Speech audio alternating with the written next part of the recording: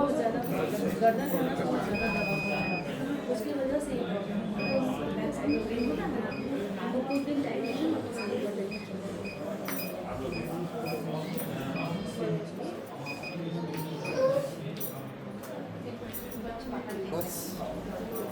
नहीं मैम,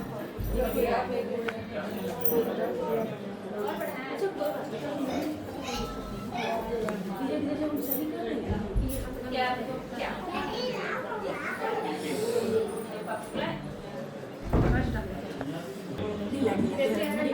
नीचे बैठे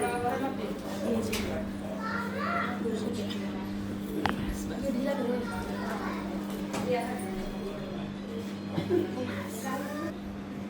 आगे से यहीं रुकना है, मेरे बॉडी पे गिरना है, गिरे रुक के गिरना है मेरे बॉडी। सर नीचे रखना है ना, यहीं पे ना, थोड़ा नीचे डाउन डाउन डाउन डाउन